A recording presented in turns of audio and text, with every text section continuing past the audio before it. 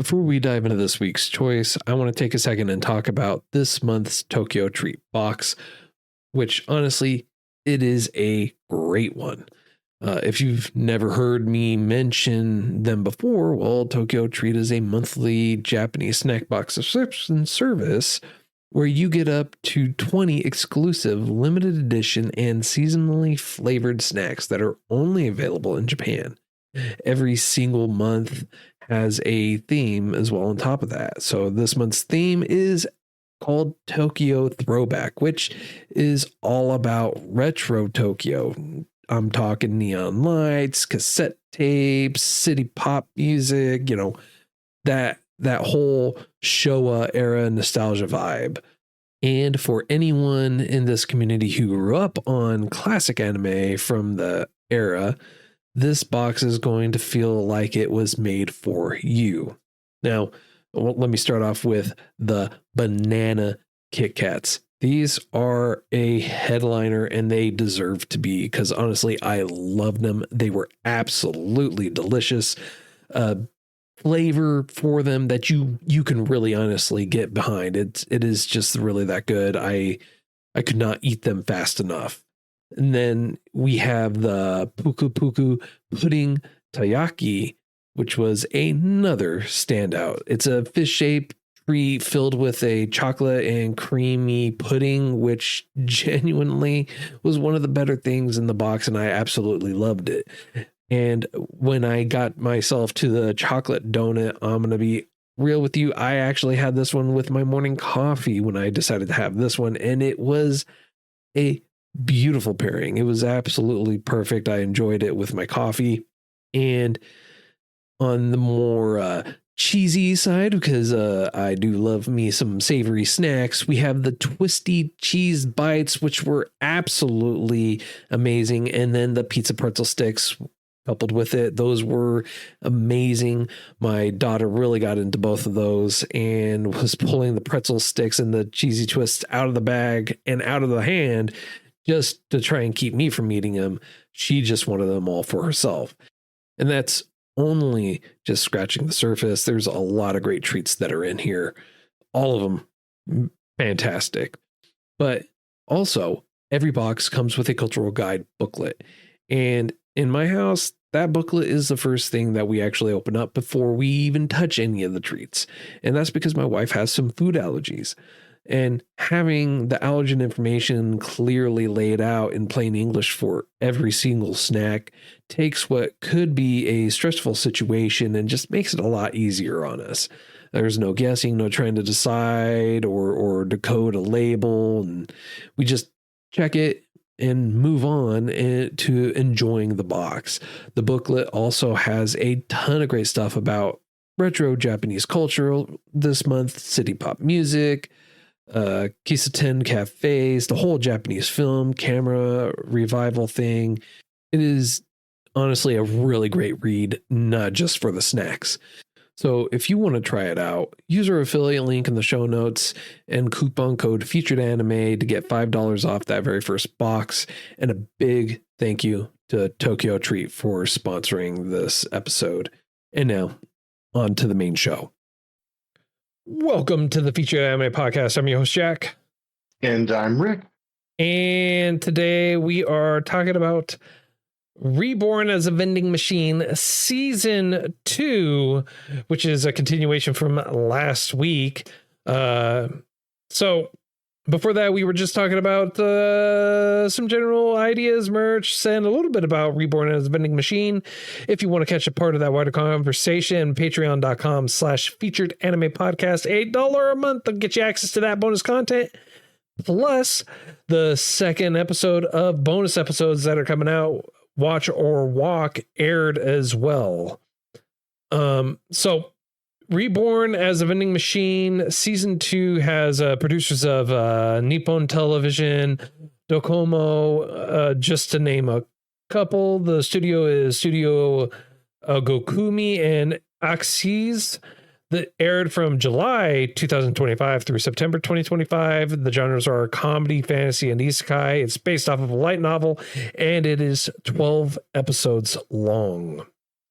Now, season 2 picks up right where season 1 left off, with Director Bear rallying all the ace hunters from across the dungeon stratums to hunt down the Nether Lord, who has been revealed as the left arm of the Demon Lord. The plan ends up backfiring, though the Nether Lord reveals that it was a trap all along. He designed, and it was designed to draw every strong fighter into one place to leave the rest of the dungeon completely unprotected.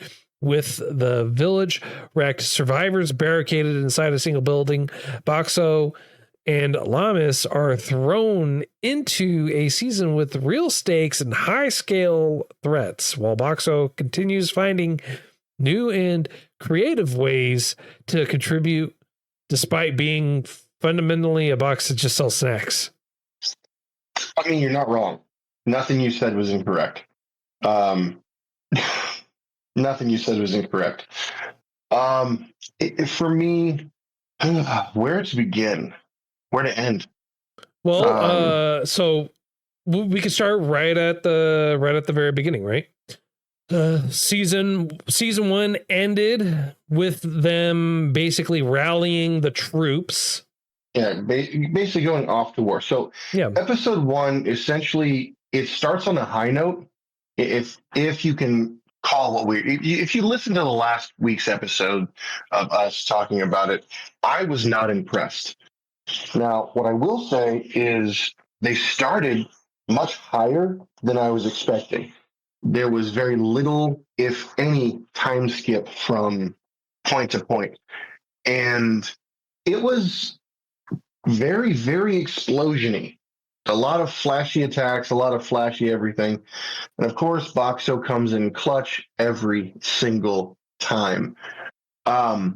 Unfortunately, for me, I still was not that impressed with this season.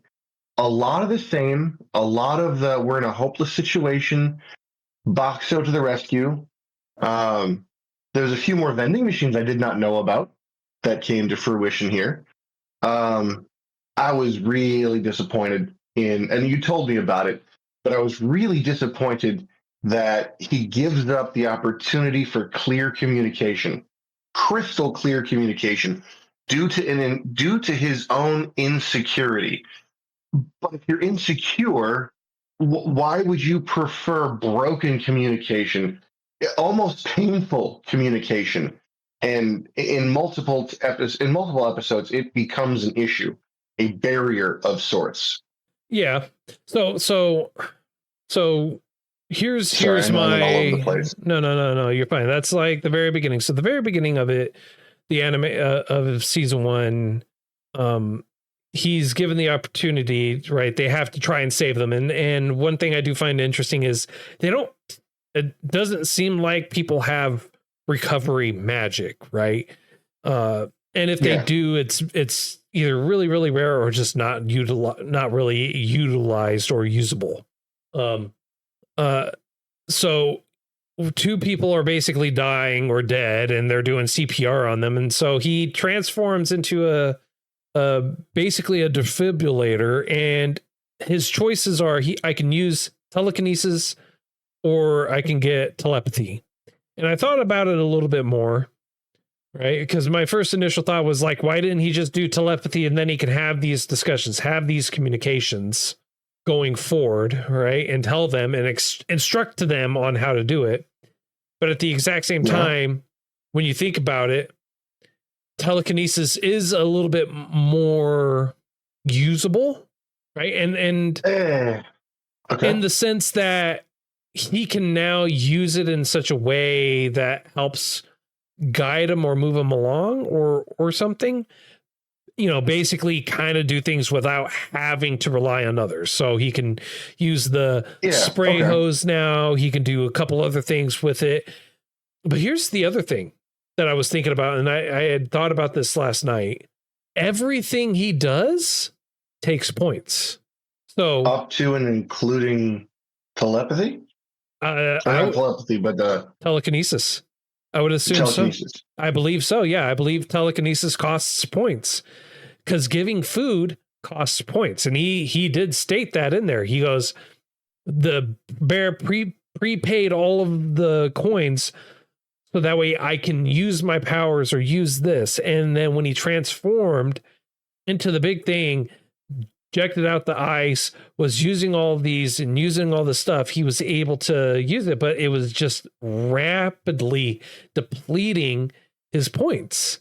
Yeah, by a lot. Okay, what I should rephrase. When I say a lot, I mean he started with 100,000 points, and within 15 or so minutes, he was down to just over half of that. And we find out that he has a time limit of 2 hours transformed every day. So to run through points like that, to just.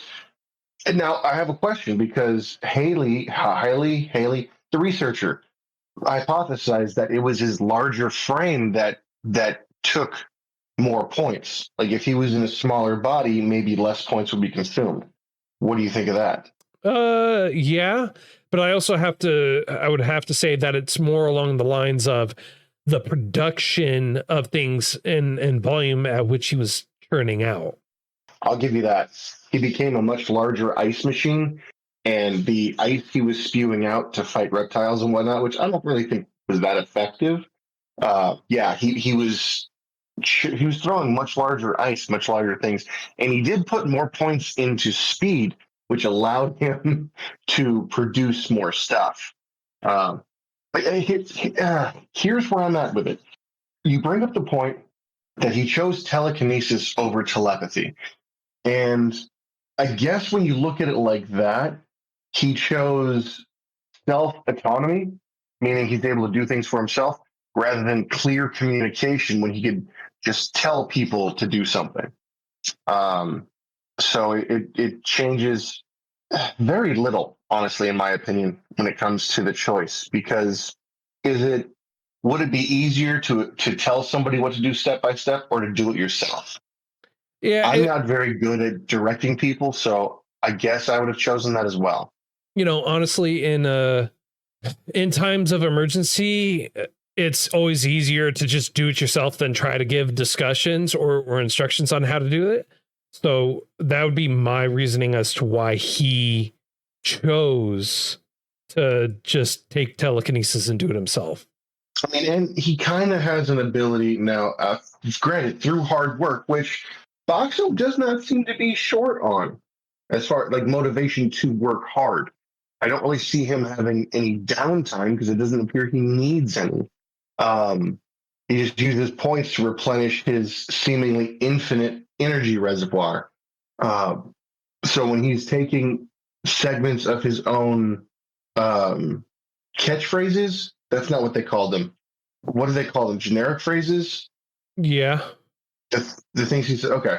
So let's just say the generic phrases. So that he takes his generic phrases and breaks them apart and utters only a few syllables at a time. He's able to, in very broken communication skills, say words, names, and very robotically answer yes and no directly, which is really funny, because when he's in view of people he has never met before, he'll go back to his basic catchphrases for yes and no. Typically. Well, yeah, it's not even just that, right? It's in general, if he's doesn't want to try and put in the effort, or it just needs to be in a generic yes or no type of thing, he'll go back to it, right? But at the exact same time, I mean, like, it's you're putting in the effort to try and communicate. You're putting in severe amount of effort to be able to talk to people. Why are you not going to do this? Why are you not going to go with telepathy to be able to talk? Yeah, maybe it's a communication or whatever. Maybe it costs some points. I don't know. That's never talked about. That's never discussed, but it could be. But let me give you a question here. Right? Okay. I feel like between season 1 and season 2 was different, right? And not just in the sense of like, oh, well, it's a completely different story. I mean, it's more along the lines of, no, it's different in The voice actors were different. They sounded different. The visuals of it were different. The feel of it was different. And I know that season 1 had a different director than season 2, but I don't know if that would make that much of a difference of it, or if it was that they had an entirely different animation team for those studios work on it, and that's why. I feel like they definitely had a bigger budget for season 2 than they did for season 1. That being said, do you think that they have different voice actors? Yeah. I think just from having gone from season 1 to season 2, the voices sounded different to me, especially for Boxo. See, here's my problem. You watched it subbed, I watched it dubbed. I did not notice anything except maybe Director Bear having a different voice, but that I just chalked that up to him not being a regular enough character for me to recognize the voice. I watched it both ways. I watched it both ways. And you experienced it both ways. Okay. Yeah. The only issue that I was having with Boxo's voice was the halty robotic thing. His internal. No, I can't. I was going to try to re-envision it, but no. In all honesty, I did not notice that big of a difference. But now that you're mentioning, I don't know if it's because you mentioned it or not. I am kind of sort of thinking this version was a little bit clearer, and mature is not the right way to put it, but it felt like a different vibe isn't the word I want to use.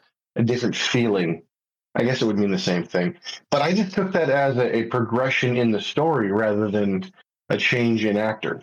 Like he has more confidence in himself. He doesn't reflect nearly as much as he did before in the way of, am I doing this good enough? What can I do? It was more what needs to be done. How can I help? Okay. Less whiny, maybe? So I looked it up. The Japanese voice actor is the same. However, they had a different voice actor from season 1 to season 2 for the English. Oh. Yeah. So season 2 had Austin Tyndall. He was the voice actor for season 2 for Boxo. And then would we know him from somewhere else? Or was it? Yeah, so Austin Tyndall, he's in, let me see here. I don't, if you watched a lot of the My Hero Academia, he's in the season finale from that. He's in Kaiju number 8, second season. He plays a supporting character. In Trigun, the newer series, he plays Knives. He plays, let me see if I can't find anything that you would recognize him from. Okay. I was gonna say, like, I desperately want to say I recognize the Trigun voices you're talking about, but the older one maybe. He plays not the newer one. He plays the Dash? voice of Gabil from Gabil. That Time I Got Reincarnated as a Slime Luminous Memoirs. He does some voicing in Fairy Tail Season 2 of Oshinoko, which you've seen. Mm-hmm. Remonster. He does a voice in Remonster as one of the humans. Okay. Who was he in Fairy Tail? I'm trying to find an actual main character name that you would recognize. Okay. Like, so he's had a lot of support. He's had a lot of support. He's had some main characters, but nothing that you've seen. Gotcha. Oh, Overlord season 4. He played the Emperor. I see that. And it looks like he plays Gabriel from That Time I Got Reincarnated as a Slime a lot. So I mean, don't see that one as much. It makes sense. It's definitely within the range, but I definitely hear the Emperor way more than I would Gabriel. Yeah. So, anyways, that's why I like when I was watching it, I was like, that's That doesn't sound right. And it's probably because it was back-to-back seasons. Back-to-back, saw season 1, saw season 2, and it immediately was like, that's not right. That doesn't seem right. That feels off. I understand that. Yeah, the only time I've ever actually, I think I've ever witnessed that for myself was Dragon Ball Z right after the Cell Saga. Toonami did this thing where they kept playing the same like 15 episodes. When they got to the end of the Boo, they just started right back over, and I was like, Vegeta sounds different. Vegeta's very different. And then 2 episodes later, I'm like, no, I'm just confused. All right. But aside from that, so was there anything in terms? So you felt like Boxo in season 2 was a lot more confident. He had a lot more pizzazz, so to speak, or anything, or something else, or I wouldn't say. I guess pizzazz, swagger is what I would probably say. He was a lot more solution based, proactive. Not he played a support character to a T, 100%. He was always there. Hey, water, refreshments, blah blah blah blah blah blah. But he was far more offensive or offensive in this one than I felt like he was in the season before. A lot more versatile, if that makes sense. Okay. So that's kind of where I'm coming from it with.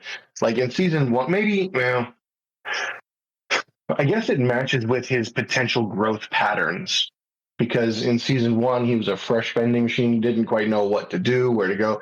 He's got a much larger arsenal. It's not in season. It's season 1 to season 2. There's no change. He is literally along for the ride. It's not that he doesn't know where to go or what to do.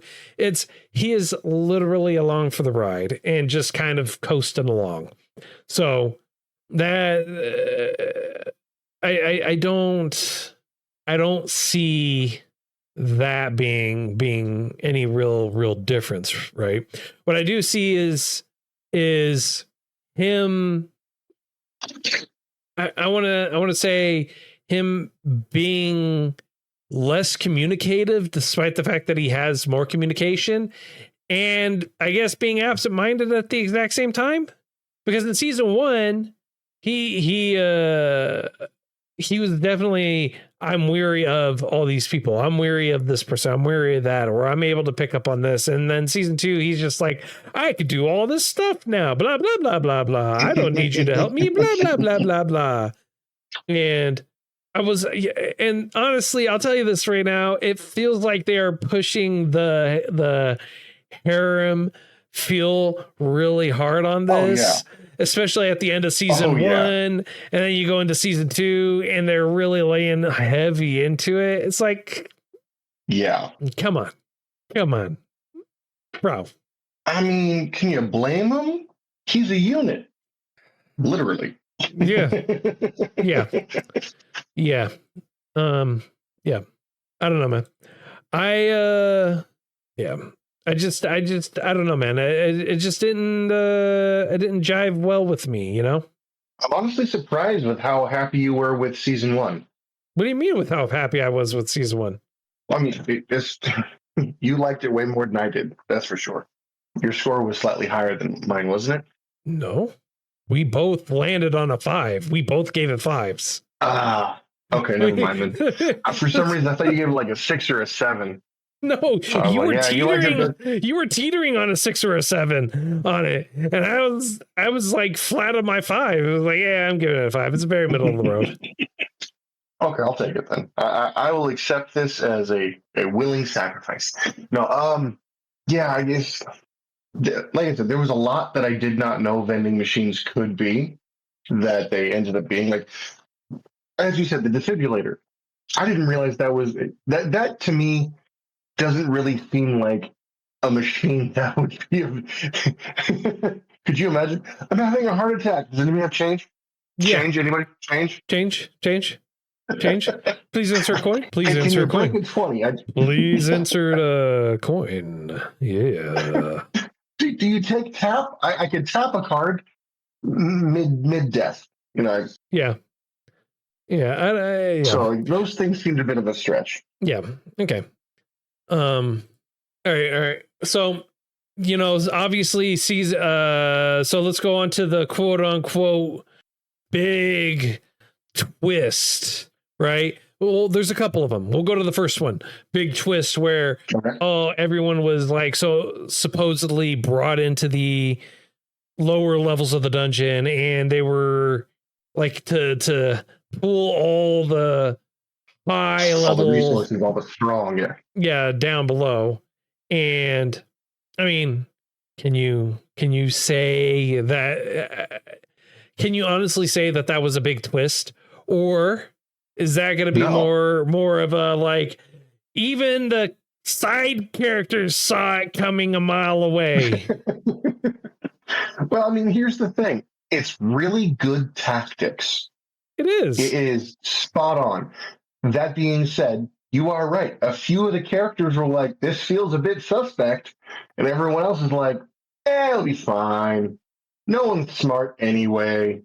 We haven't encountered anybody with intellect. We just, these lords, they're just, you know, they're tokens for us if we can figure out how to beat them. That's all they are. That's all they represent. And then we'll talk about it in a minute, but for a guild master, someone in charge of so many people and in charge of so much fundage, and all the not all the captain, but the criminy, I forget what they were called. The band of people who wanted to collect all the marionette, not marionette, all the coins to make wishes. What were they? They're not marionettes, are they? No. Oh, crap, I'm gonna have to look this up.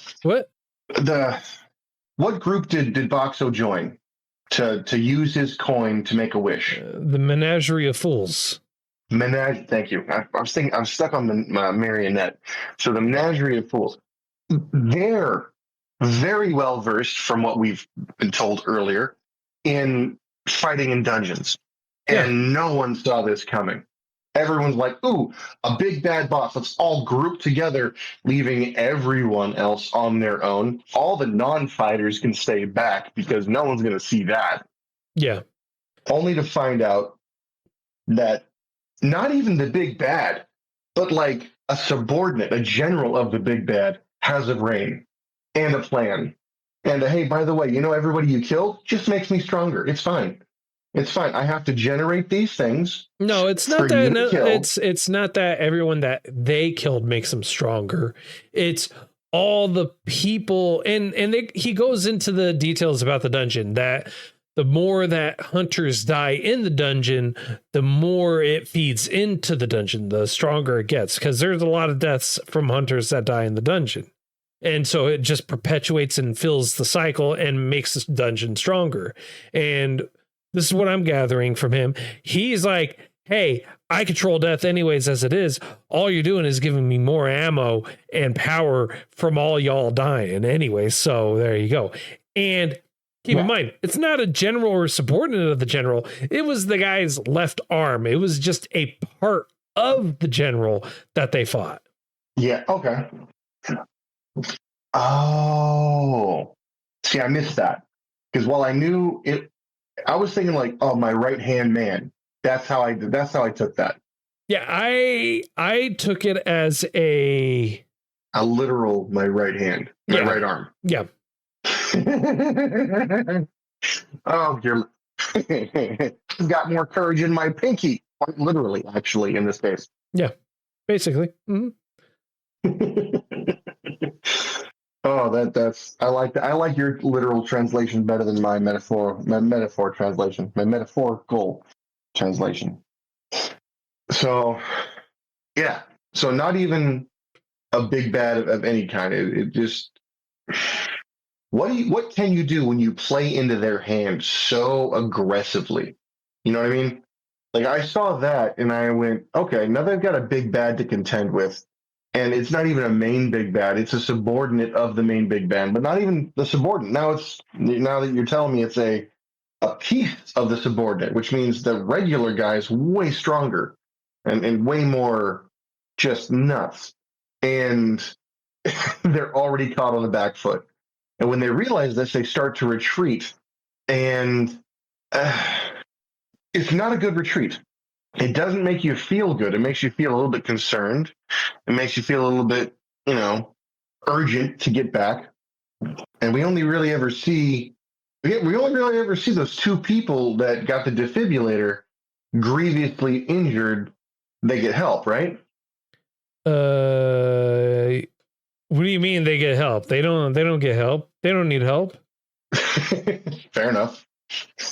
No, but like it seemed like a bad stance from a tactician standpoint, and it just felt really rushed.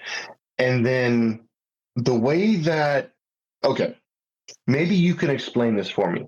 When the director bar prepaid for stuff, how does that work? He's giving him money. Prepay for stuff. Yeah, he just gave him money, right? And what's happening is everything that Boxo does costs money. So him giving out snacks, giving quote unquote snacks, costs him money. Him to produce the product costs points, which is why it's not a perpetual growth. He has to produce the product, and that takes points. Okay. Because that's now my understanding it from what they were saying and how they phrased it. Whether or not it's like that is another story entirely. Yeah, it makes sense. So I have a question. If you had mountains of coins, mountains taller than you, how many coins do you think that'd be? I don't know. Never thought about it. Depends on the coin. Depends on the size, thickness, what they're made out of. I mean, like there's a lot of variables that could go into it. There are a lot of variables. I don't think you could figure a way to make this make sense. So they get back from their retreat to find their city under attack. Oh, are you talking about the girl or whatever it is and the mountain of coins that she has? Okay, so what's your question? I am. Okay, question. What's your question about it? Just give me the question. Don't lay the ground. I don't need to know. What's your question about it? My question is, after all of we'll give you in advance of everything we have here. Okay, we're giving you 100 coins. Well, they didn't say they weren't giving them an advancement of everything there. They were giving them an advancement of however much is needed to sustain. I mean, like she can't just like give him everything and go, here you go. Here's all the money. That's one, that's just makes no sense. And two, that's literally just throwing away money. 100% agree with you. Here's where I have a problem with that. Here's where obviously it's a cartoon or it's an anime. There's problems that abound. But here's my thing. Your city is in ruin. You need this machine interacting with Boxo. You need Boxo to be at full capacity. You need him or it to be 100%. You have no idea how much that might be. Unless Boxo says, I'm good. But you have tens of thousands of gold coins. And you're like, here's 100. I hope you're good. And on top of that, like, I'm going to get reimbursed by the guild. Yeah. If I have tens of thousands, and that wasn't even just the amount of wealth. There were gold bars. There were things that were not coins there.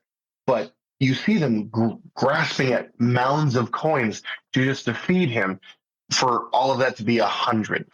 And if it was me and I was in that situation, I probably wouldn't stop until I hit 500. Overkill's fine. I'm being reimbursed anyway. And then when they were done, all the gold in the room's gone. So I was like, I don't get that either. I mean, I don't remember it being only 100 gold coins. I thought it was 1,000. I'm more than likely very mistaken. No, it would make a lot more sense if it was 1,000. It would make so much more sense if it was 1,000. But I'm also not worried about the fact that they're shoveling coins into him and that they only gave him just enough for him to be able to get by, because that's not the thing I'm going to notice. That's not what I'm going to know. Oh, they have this mountain of coins. I'm going to shove in 100 and now the pile's gone, because I expect the show at this point to just do ridiculous stuff and go, the bro's like 10-story tall freaking ice machine and he's Okay, that's your problem. Here's my problem. Okay.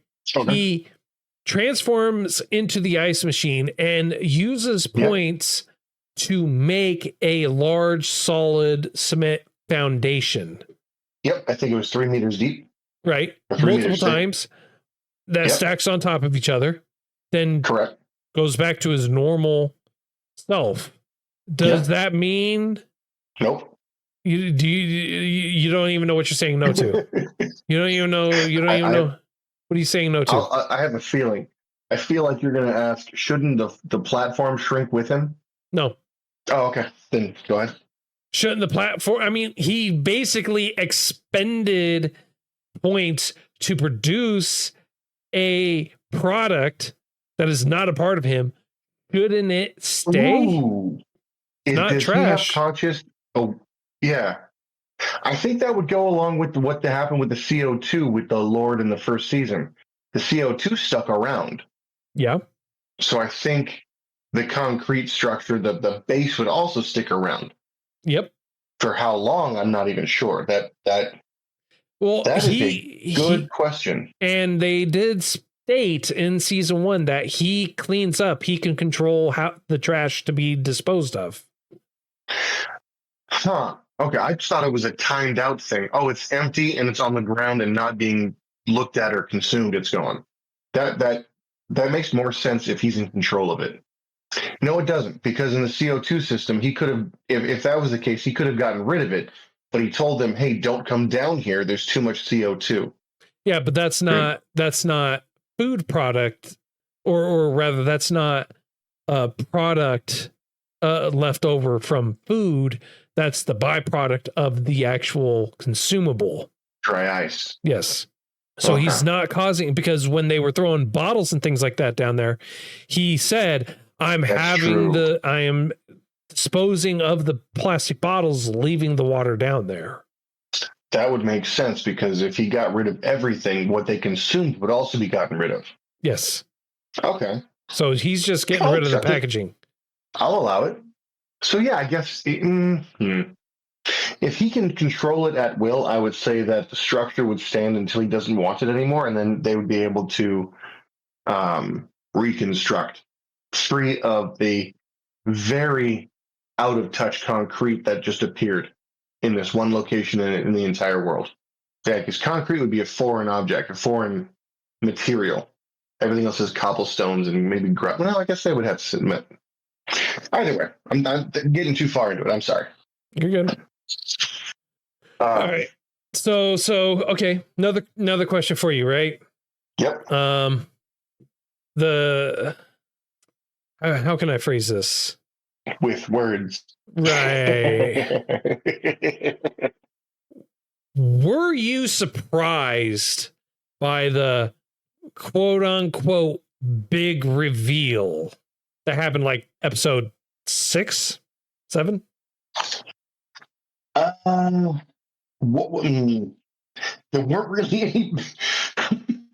weren't really any big reveals. Hence the quotes, quote unquote big reveal. Not really. What, were you surprised at all? No. I mean, don't get me wrong. I'm not nearly as observant as you are typically, but no, it was. No, I was not. Yeah, I felt like it was kind of obvious, even in season 1, episode 1, when they first introduced him, and the fact that Boxo was like, I need to be wary of this guy.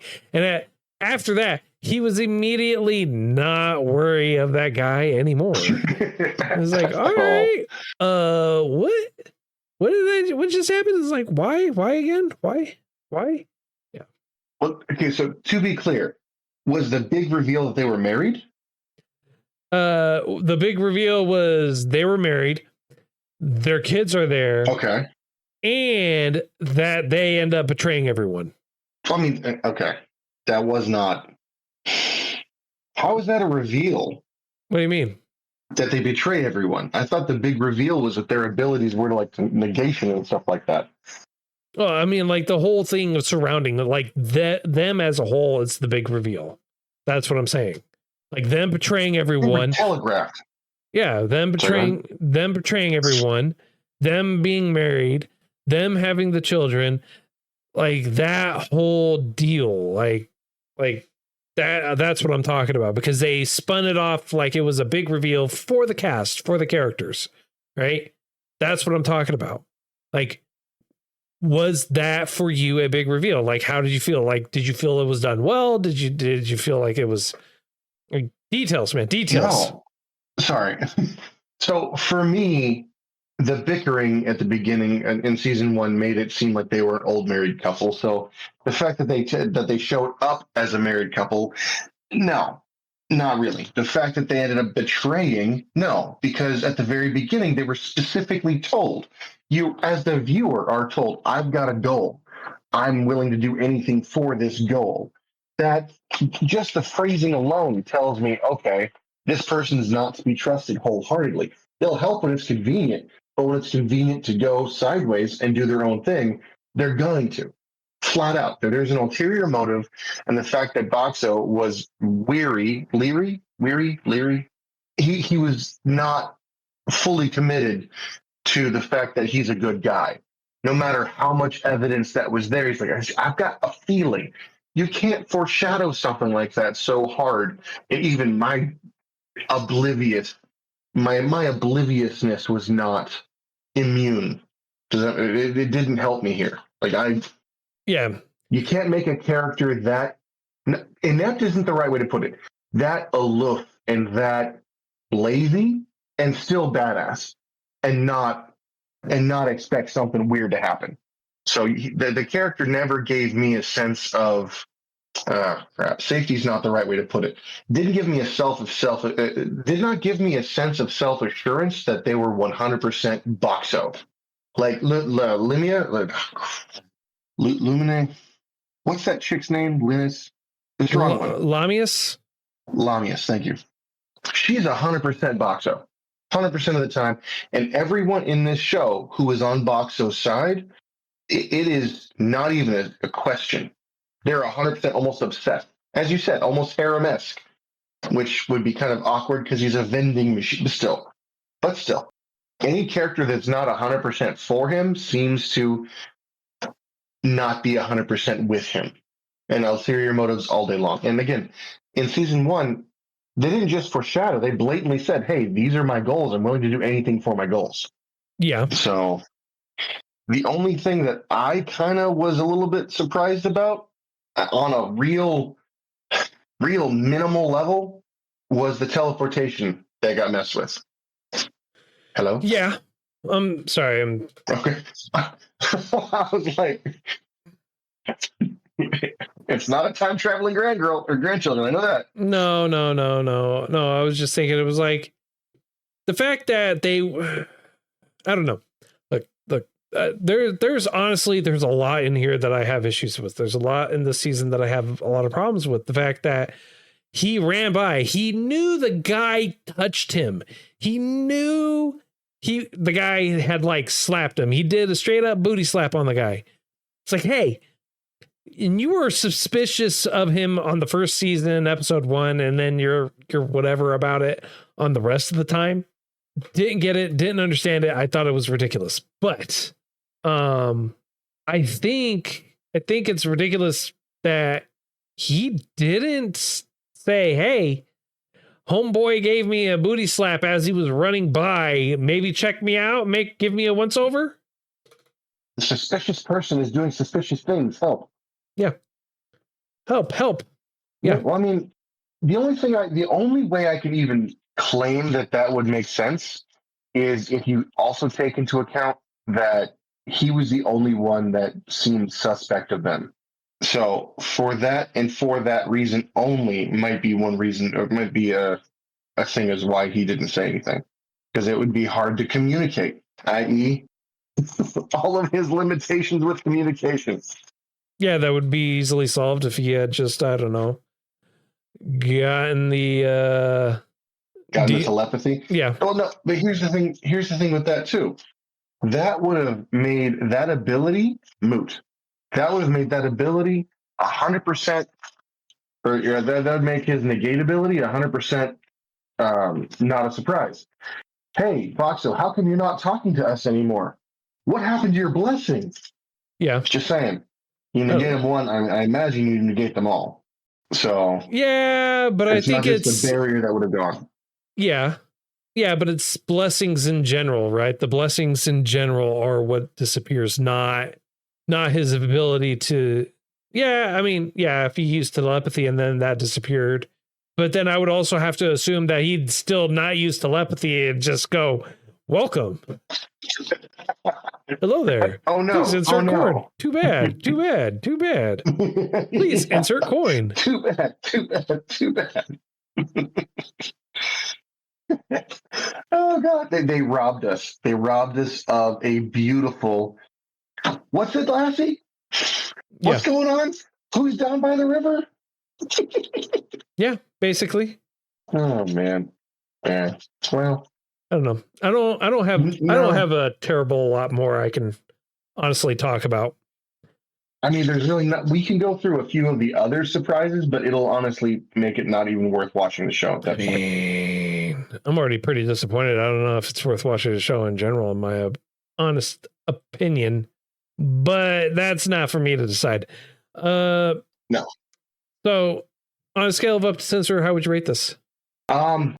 So if season 1 was a 5, this one is a 3 because it didn't.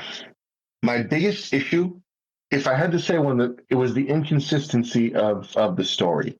How could you go from drama to comedy back to drama? I just 3. I did not like it as much as I liked the first one, and I didn't like the first one all that much to begin with. So if you want a mind-numbing experience, you found it. Okay. Honestly, here's what I'll say. One of the guys in our Discord says that the light novel is better, and I trust him. Without ever have actually seen the light novel, I trust that it's better, and that okay, that's my reason for a 3. I'm going